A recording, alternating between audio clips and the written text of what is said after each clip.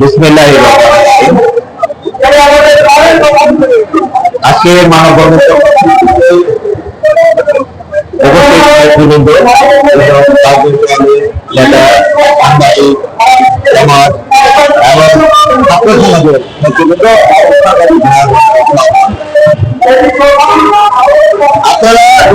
করেছেন, বিভিন্ন বক্তারা বলেছেন যে আপনার উড়িষ্যার বেঙ্গলকে একটি ধ্বংসে চক্রান্ত রাস্তাটা দুদিন আগে থেকে ছিল এবং আমরা লক্ষ্য করলাম যে সাম্প্রতিক সময়ে এই চক্রটি আমরা ভেবে ফেলেছে 5 আগস্টের পরে হয়তো পরিস্থিতিটা ভিন্ন হবে, এই সকল চক্রান্ত বন্ধ হবে। আমরা এর পূর্বে যাতে প্রেস ক্লাবের সামনে কিন্তু দাঁড়িয়েছিলাম যখন ছাত্র তরঙ্গ আপনার শুধু গ্রামের ভোটে দেওয়া হলো গত 21 তারিখের প্রতিষ্ঠানকে, তখন আমরা বললাম যে বৈষম্য বিরোধী যে সংগ্রাম করে উঠেছিল, যে রক্তের তাপের মধ্যে এই বাংলাদেশ গঠনের সূর্যোদয় প্রতিষ্ঠিত হলো, তার সরকার একটি তাদের ব্যক্তি প্রতিষ্ঠানকে সুবিধা দেওয়ার জন্য সম্পূর্ণ এগারো দিল। তখন এর বিরুদ্ধে যখন আমরা রাজপথে দাঁড়ালাম, অর্থ সরকার বরাদ্দ দিচ্ছে না, সে আসলে এত স্পেকট্রাম যে কিনতে পারবে না উচ্চ মূল্যে। তো আমরা দাবি করেছিলাম সরকারের কাছে পেয়েছি যাতে তাদেরকে বিনা পয়সায় কিংবা একটা লম্বা কিস্তিতে তাদেরকে দিয়ে দেওয়া হয়। কারণ এই তরঙ্গ যখন ব্যবহার করে করবে বেসরকারি অপারেটর, তখন টেলিটকের কোনো গ্রাহকে একজন তরুণ ছাত্র বললেন যে তার ফ্যাশনের টাওয়ারের উপরে নেটওয়ার্ক পাওয়া যাবে, ভবিষ্যতে ওই টাওয়ারের উপরে উঠলেও কোনো আর নেটওয়ার্ক পাবেন না। তখন সরকার কি করলেন, 10 মেগাহার্জ পর্যন্ত টেলিটকটা বরাদ্দ করলেন। আপনারা লক্ষ্য করেছেন সাম্প্রতিক সময়ে দেশের একটি স্বনামধন্য ইংরেজি পত্রিকা, প্রথম সারির পত্রিকা কি করলেন, এই তরঙ্গ ভারতের মাধ্যমে 5,500 কোটি টাকা সরকারের লোকসান হয়েছে একটি সংবাদ প্রচার করলেন এবং এটি বেসরকারি প্রতিষ্ঠানকে দিয়ে দেওয়ার জন্য দাবি করলেন। আমরা মনে করি এর পিছনে একটি অশুভ শক্তি কাজ করছে, একটা অশুভ চক্রান্ত কাজ, যার মাধ্যমে এই প্রতিষ্ঠানকে যদি কোনোভাবে বেসরকারীকরণ কিংবা কোনো ব্যক্তি প্রতিষ্ঠানের কাছে বিক্রয় করে দেওয়া যায় কিংবা এটাকে বন্ধই করে দেওয়া যায়, তাহলে অন্য বেসরকারি যে বিদেশি অপারেটর রয়েছে তারা যাতে জনগণের এখন পকেট করছে বিভিন্ন করে যাতে গলা কাটতে পারে, সেই ব্যবস্থা যাতে তৈরি করতে পারে, তার জন্য ওনারা এই পরিস্থিতি আজকে সৃষ্টি করছেন এবং দেশের একটা স্বনামধন্য পত্রিকাকে ব্যবহার করে এই চক্রান্তে লিপ্ত হয়েছে। যেমন ধরেন আজকে টেলিটক যদি 1 GB ডাটা 20 টাকা 30 টাকা দেয়, আমরা কি করতে পারি, অন্য অপারেটরকে চোখে আঙুল দিয়ে বলতে পারি যে টেলিটক যদি কম দিয়ে দেয় তাহলে তুমি কেন দিচ্ছ না, হয়তো পারে টেলিটক আমরা পাচ্ছি না, কিন্তু ওই যে প্যাকেজটা যদি ওয়েবসাইটেও থাকে তাদের উপরে আমরা এটা দাবি দাবা করতে পারি। এখন টেলিটক কেন উন্নয়ন হচ্ছে না, কেন নেটওয়ার্ক আছে না, এটার পিছনে বিস্তর আলোচনা রয়েছে। এখানে আমরা মনে করি রাষ্ট্রীয়ভাবে যুগ যুগ ধরে এটাকে বন্ধুত্বকরণ করার সকল বিধি ব্যবস্থা করা হচ্ছে। কারণ রাষ্ট্রীয় প্রতিষ্ঠানের জন্য আপনার প্রাপ্য ধ্বংস করে দেওয়া হয়েছে, চিনি কল শিল্প ধ্বংস করে দেওয়া হয়েছে, একইভাবে রাষ্ট্রীয় যে টেলিযোগাযোগ ইন্টারনেটের প্রতিষ্ঠানগুলি আছে এগুলিও ধ্বংস করে দেওয়া হচ্ছে। আপনারা লক্ষ্য করবেন সারা বিশ্বে যেমন টেলিনর কোম্পানি, যে চায়না কোম্পানি, এরকম আজ একটা মালয়েশিয়া সরকারি কোম্পানি, এয়ারটেল ভারতীয় কোম্পানি, এরা ওই দেশের রাষ্ট্রীয় কোম্পানি, সেই দেশে সুপ্রতিষ্ঠিত ব্যবসা করেও সারা বিশ্বে তারা দাবিয়ে বেড়াচ্ছে।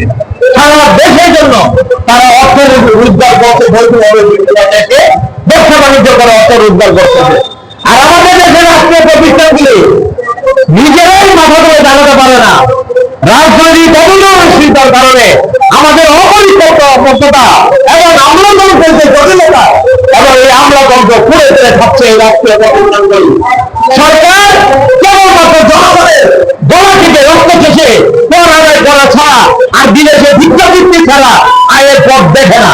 কিন্তু আমরা রাষ্ট্রীয় প্রতিষ্ঠানগুলিকে যদি উন্নয়ন করতে পারতাম নিজের দেশে ছাড়াও সারা বিশ্বে যদি আমরা অর্থনৈতিক কিছু মূল্য অর্জন করতে পারতাম, আজকে বাংলাদেশ সারা বিশ্বে মাথা উঁচু করে দাঁড়াতে পারত। ওই সকল দেশ তারা বিশ্বে বিভিন্ন দেশে ব্যবসা করে আমাদের দেশের মতো দেশকে তারা ঋণ দেয়, তারা ভিক্ষাবৃত্তি দেয়, সাহায্য করেন। আর আমাদের দেশে রাজনীতিবিদরা সরকার পরিচালনা যারা করেন ওই ভিক্ষার দিকে তাকিয়ে থাকেন, তাদের সাহায্য সহযোগিতার দিকে তাকিয়ে থাকেন। কখনো নিজেরা নিজের পায়ে মাথা উঁচু করে দাঁড়ানোর কখনো দুঃসাহস দেখায়নি এই সরকারগুলি। আমরা মনে করি এর জন্য সরকার দায়ী আমাদের দেশের রাজনৈতিক নেতৃবৃন্দের অদূরদর্শিতা এবং তাদের দৃষ্টিভঙ্গি এত হীনমন্যতা কারণে আজকে এই পরিস্থিতি দাঁড়িয়েছে। আমরা কোনোভাবেই বাংলাদেশের জনগণ যারা এই দেশের রাষ্ট্রের মালিক, যারা সংবিধান অনুযায়ী আমরা সকলে রাষ্ট্রের মালিক, অতএব টেলিটকের মালিক কিন্তু আমরা। আমাদের সম্পদ আমরা ধ্বংস হতে দিতে পারি না। আমরা কি পারি ধ্বংস হতে দিতে? আমরা কোনোভাবে এই সম্পদ ধ্বংস করে দিতে পারি না। আমরা ইনশাল্লাহ প্রতিজ্ঞা করছি আজকে দাঁড়িয়ে যে টেলিটক না শুধু রাষ্ট্রের সরকারি প্রতিষ্ঠানকে আমরা উন্নয়নশীল এবং অর্থনৈতিকভাবে সমৃদ্ধ করে ছাড়বো ইনশাল্লাহ। সেটি সরকারকে আমরা সঠিক প্রস্তাব দিব। সরকার যদি না মানে তাহলে তার বিকল্প ব্যবস্থা করে তুলবে। বাংলাদেশকে অর্থনৈতিকভাবে সমৃদ্ধ করার জন্য দেশের প্রত্যেকটা শ্রমিক কর্মচারী মেহনতি মানুষের অভাব দুর্দশা দূর করার জন্য আমাদের অর্থনৈতিকভাবে সমৃদ্ধ হওয়ার আর বিকল্প পথ নেই। আজকে দেখেন সরকার গঠিত হয়েছে 3 মাস, বিগত সরকার 18 মাস চালিয়েছেন, দেশের একটি কোথাও ঈদ পর্যন্ত কথা হয়নি। কোন দপ্তরে যাবেন বলবে আমার কাছে অর্থ নাই, আমি কোন উন্নয়ন কাজ করতে পারবো না। অর্থ কোথায় গেল? কিভাবে দেশ চালাবেন তাহলে সেই প্রশ্ন আপনাদের সামনে রাখলাম এবং সরকারকে বলবো আসুন আমরা অর্থনৈতিক উন্নয়নের পথ দেখিয়ে দেবো আপনাদেরকে। বিনা পয়সা আমাদেরকে অর্থ দিয়ে বেতন বোনাস দিয়ে সাহায্য দিতে হবে না আপনাদের।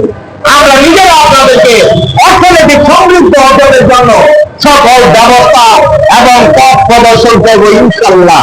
আসুন আমরা বাংলাদেশকে একটা হাত পাতা দেশ এবং জনগণকে পলাটিকে রক্ত শোষণ করার যে রাজস্ব সংগ্রহের যে অভিযান, এ থেকে মুক্ত হয়ে আমরা জনগণকে কিভাবে সেবা দিতে পারি, জনগণকে হয়রানি না করে বাংলাদেশকে কিভাবে আমরা একটি সমৃদ্ধশালী রাষ্ট্র গঠন করতে পারি, এর একমাত্র পথ হচ্ছে সকল রাষ্ট্রীয় প্রতিষ্ঠান অর্থনৈতিক ভাবে সমৃদ্ধ হতে হবে। রাষ্ট্রীয় প্রতিষ্ঠানগুলিকে কোনোভাবে ধ্বংস হতে দেওয়ার চক্রান্তে লিপ্ত হতে দেওয়া যাবে না। এর সাথে দায়ী সে যেই হোক, দেশের যত বড় ব্যক্তি হোক, যত বড় গণমাধ্যমই হোক, আর যত বড় প্রতিষ্ঠান রাজনৈতিক দলই হোক, এই চক্রান্তে লিপ্ত হতে দেওয়া যাবে না। আসুন আমরা সবাই মিলে রাষ্ট্রীয় প্রতিষ্ঠান আজকে যেভাবে এই জন্য লাগিয়েছি, আগামী দিনে অন্যান্য রাষ্ট্রীয় প্রতিষ্ঠানকে অর্থনৈতিকভাবে স্বাবলম্বী করার জন্য এবং অর্থনৈতিকভাবে ঘুরে দাঁড়ানোর জন্য আমরা কর্মসূচি দেব। সেই কর্মসূচিতে আপনারা একত্রভাবে সেই আশা ব্যক্ত করে এবং টেলিটকের বিরুদ্ধে ষড়যন্ত্র যারা ষড়যন্ত্র করছে তাদের দ্রুত আইডেন্টিফাই করে সরকার প্রয়োজনীয় ব্যবস্থা গ্রহণ করবে, এই দাবি রেখে আজকে আমি বক্তব্য শেষ করছি।